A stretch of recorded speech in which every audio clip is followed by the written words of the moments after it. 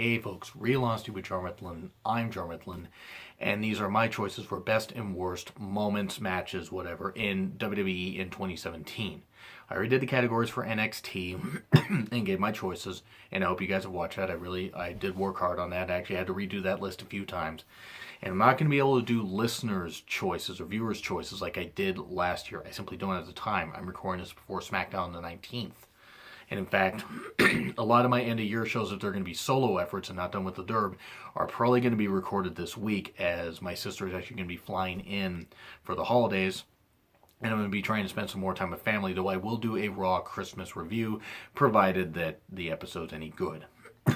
But let's just get on with the categories here. I encourage you guys to, if you guys have your own YouTube channel, to do your own kind of videos like this. It should be a lot of fun.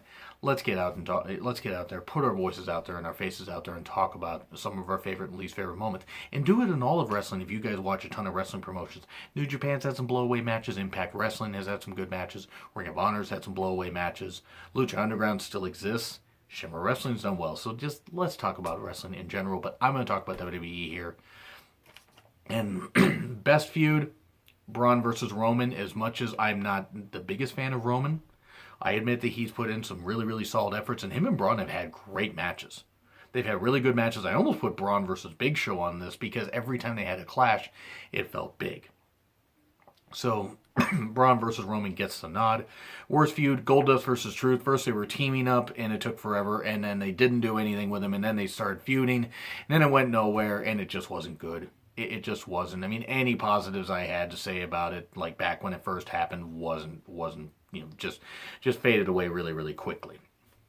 Breakout star, Elias.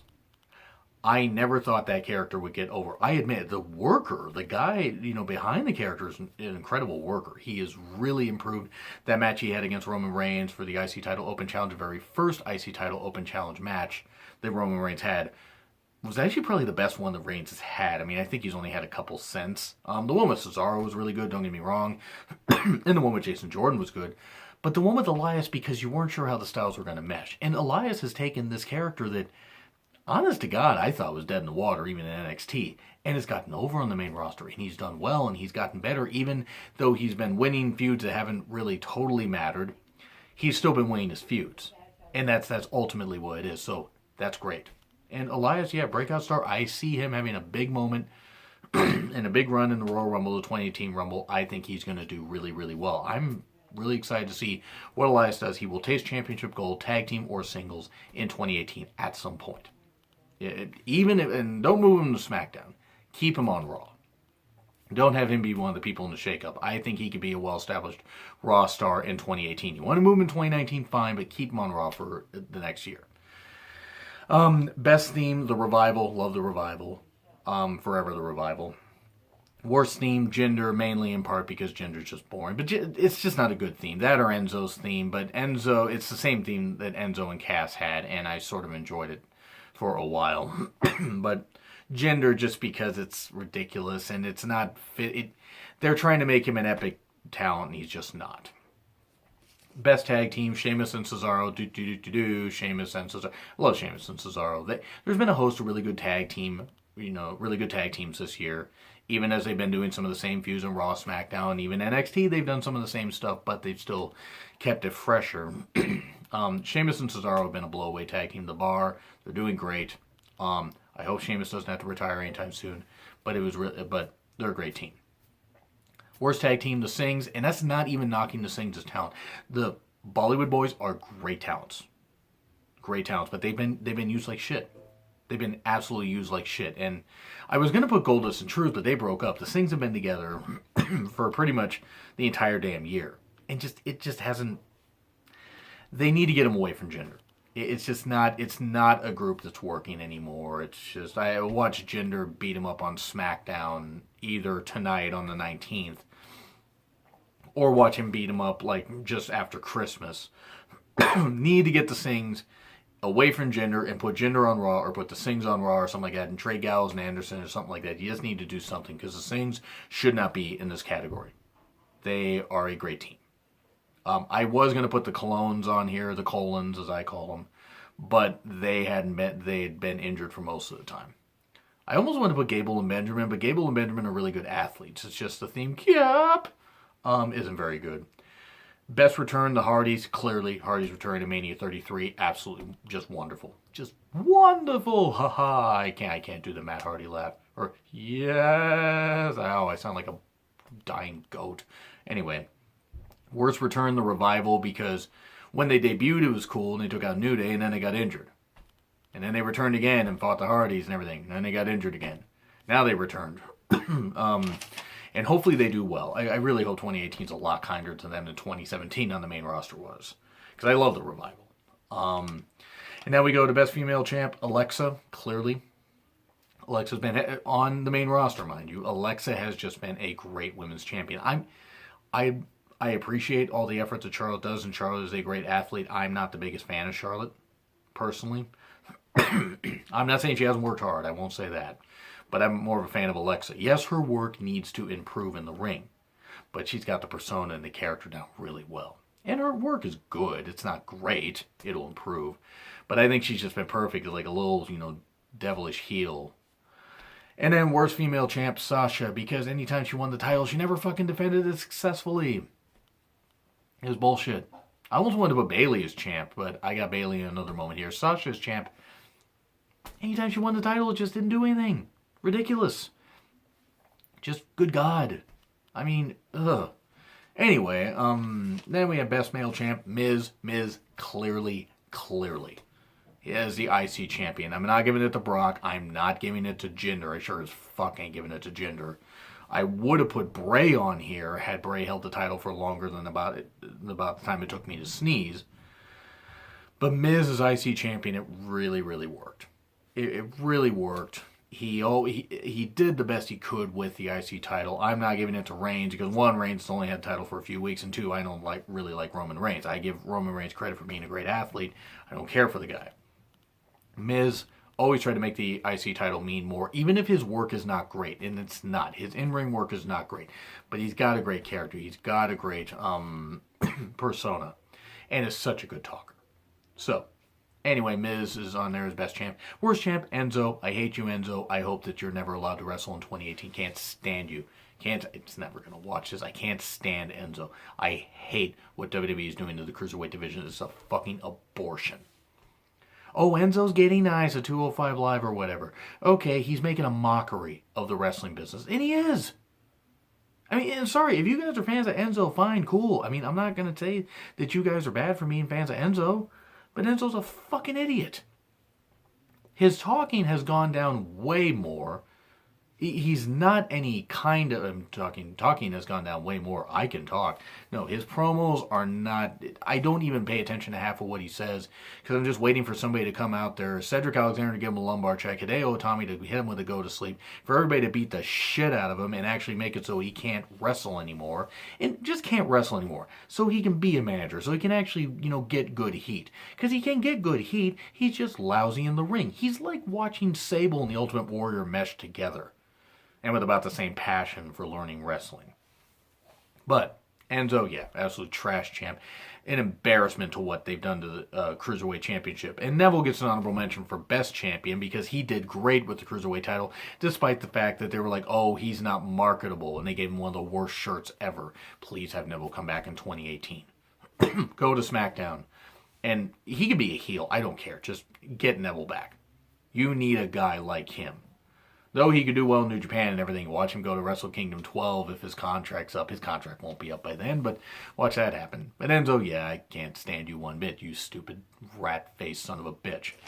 Anyway, most emotional moment, Festival of Friendship. Why is my name on here? It's like, and the fans saw it because he got him, Owens got him a new gift and had the list of KO on there. And the fans knew it was coming. And Chris and I knew, the Durbin I knew it was coming. It's like, it still hurt. It was good stuff, though. It was great. It was a great moment. Least emotional moment, Cass attacked Enzo. Now, I give credit for Enzo shedding a tear, probably because he realized, holy crap, even with one leg, Cass is a better wrestler than I'll ever be. Because Enzo got knocked out by a goddamn ring rope because he's a fucking rat-faced idiot. Anyway, Cass attacking Enzo. It was the least emotional thing because it's like, okay, it happened, and then it took like 5 years for the feud to end, even though it was like only like a month and a half. And I got my list here, so apologies. It's like hence you just made the list, even though you can't see the whole shirt. Best debut, Asuka, because Asuka and Emma had a couple really good matches. Even though they should, why didn't you keep Emma on? You kept Enzo. You released the wrong talent with E, starting her name. Should have kept Emma. But Asuka had a great debut. Even though they should have established her more as a monster, Emma deserved to get, offense in and did really, really well. Asuka had a great debut. My opinion, personally. I would have said Elias, but they just had Elias show up. But Elias, again, breakout superstar, has done really, really well since then. Worst debut, Mike and Maria Kanellis, because they just showed up at Money in the Bank, and within a month, Kanellis is losing on pay-per-view.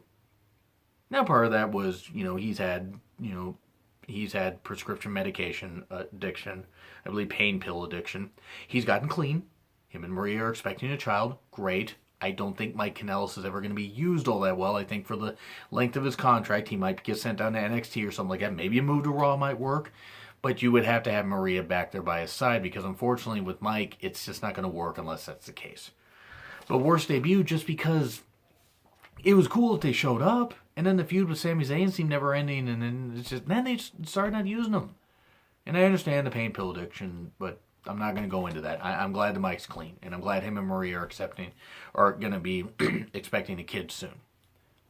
But it was looking back on it, it was a terrible debut because they did nothing with him after. Least shocking moment, Cass attacked Enzo, because I called it. I said, what if it's Big Cass that attacked Enzo? I was right. I mean, I'm not saying I was the only one to say it, but I was one of the first. I said it in the first review after the show Enzo attacked. And I think I said to Chris before the review, I said to Chris on the review. And guys, I have to go back and watch it. I don't remember what exact episode it was, but I said, what if it was Cass that did it? And it was. Most shocking moment, Jinder as champ. And Zayn goes heel. I couldn't decide between either because the fact that they would give it to an abortion of a talent and a guy that tries hard but just isn't main event material at all. The guy really can't do anything good as a main event talent. Jinder's just not any good. And then Zayn going heel was shocking because I was like, holy crap, they're going to do something with him. And I mean, they're kind of doing stuff with him and kind of not. Biggest pop, Hardy's at Mania, returning to Mania clearly, and in an open-air stadium. That was really cool. Biggest flop, Bayley as champ. I love Bayley. Bayley's bright. She is a good wrestler in the ring. She's a good influence on young girls and young boys. And she is beautiful. I think Bayley's beautiful, and that's my opinion. But I like the character. I like the fact that Bayley appeals to kids, but it works. She is good in the ring. I mean, they've kind of dumbed her down, but her as champ, she won on a throwaway Raw when they should have had her win it at Mania. And even if they had Alexa beat her a month later, that would have been better because Bayley would have gotten her Mania moment. They took all the starch out of it, and it didn't work. And they booked her like shit. I mean, yeah, they had her retain at Mania, but that was bad. And then best segment, Braun beats up Reigns. I think it was April 10th. I think that was it. And like, oh my God, that was so great. It's like Reigns getting strapped to a gurney and the fans are chanting, "You deserve it." And that was just great. That was just applause right there. That was so wonderful. Yeah, some fans take their hatred of Reigns too far, especially like when Reigns' brother, former Rosie of 3 Minute Warning, died. And they said, oh, too bad it wasn't you. Guys, come on. Reigns is playing a character, let him mourn his brother. I mean, that was months ago, but still.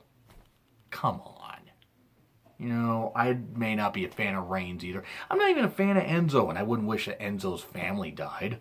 Might wish that Enzo's unable to wrestle in the ring again, but I'm certainly not going to wish that his family died, or that it should have been him instead of a member of his family. Let's take it a little easy there.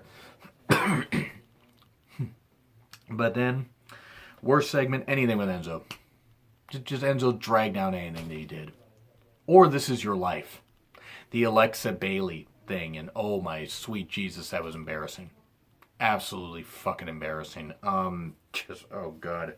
That was Claire Lynch levels of acting. I mean, that was really, really bad. So, then we go to Best Female Wrestler. I couldn't decide between Natty or Asuka. Now, I love Becky. I love Alexa. So actually I'm going to say 3. Natty, Asuka, Alexa. My list, my rules, I can do that. Because Alexa got the persona down and everything. Asuka's maybe the total complete package. Sort of, but Natty can cut promos and can also wrestle. English is still a little bit suspect for Asuka, but it's not her first language. But I would say Asuka, Natty, Alexa. And it's nothing against Becky. I love Becky. I love Bayley. I think Sasha's very good in the ring. I said Charlotte's good in the ring. There are a lot of women on the main roster that are good. Alicia's good in the ring, even though they don't really let her show it. But those are the 3 that I'm picking. Worst female wrestler, Tamina or Dana Brooke. Take your pick. Tamina's been there too long, too often injured, can't really do anything. Dana Brooke, she's not any good. She's not any good at wrestling her promos. Best male wrestler, Best male wrestler, I'm going off the radar here. Even though people shouldn't be surprised, Cedric Alexander. That guy delivers a top-tier performance anytime he's in the ring. That guy is incredible to watch. Cesaro also deserves a mention, but I'm going to pick Cedric Alexander. I never get bored watching Cedric Alexander in the ring. The guy is just an incredible athlete. Worst male wrestler, Enzo. Because of course it's Enzo. Because you're a stupid rat-faced son of a bitch, Enzo. And you don't deserve to be in wrestling, and I hate the fact that you exist in wrestling. I don't hate the fact that you exist as, a mouthpiece, because that's all you're good at. You can't wrestle. You got knocked out by a goddamn ring rope. You're a terrible, terrible wrestler. You goddamn horrible wrestler. God, I hope you're not wrestling in 2018.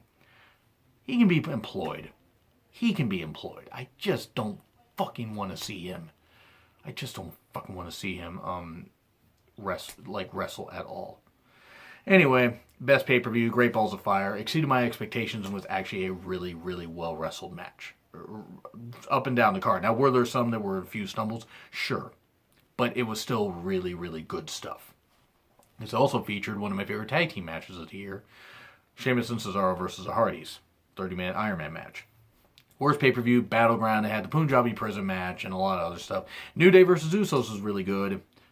Worst pay-per-view match, Punjabi Prison. The match took about 4,000 years to end. Great Khali came back. We didn't need to fucking see Great Khali come back. Jinder retained. The Singhs nearly die. I don't know which Singh it was that took that bump off the prison, cell through the table, but kudos to him, and I'm glad he didn't die, because that was a terrible bump.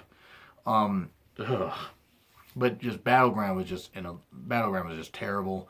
The Punjabi Prison match, it took forever. If it had taken 15 minutes, it wouldn't have been great, but it would have been fine. But it's just terrible, just absolutely terrible. Best pay-per-view match: Braun versus Reigns versus Joe versus Brock. 4-way match for the Universal title at SummerSlam. Blow away. 100% better than I expected, even though I was excited for it. They did a great job. Even Reigns did a great job. Lesnar, helped establish Braun as a monster by Braun putting him through a table. It was great stuff and a great flow. Braun pinning Reigns, of all people, was pretty damn cool. And that really just sums it all up there. I mean, it's about a 19-minute video. What do you guys think of this? Do you think I was too harsh on Enzo? I wasn't too harsh on Enzo, because I'm never going to stop being harsh on Enzo until he gets out of the goddamn ring and stops bastardizing wrestling. I'm never going to stop doing that. But anyway, like, share, comment, subscribe. Twitter link is in the description. Leave in the comments what you think are some, of the best and worst moments in WWE, the main roster in 2017. If you want to leave NXT moments, leave them on my NXT video. Anyway, thanks for watching, guys. It's been Real Honesty with John Ritlin. I'm John Ritlin. I will see you soon.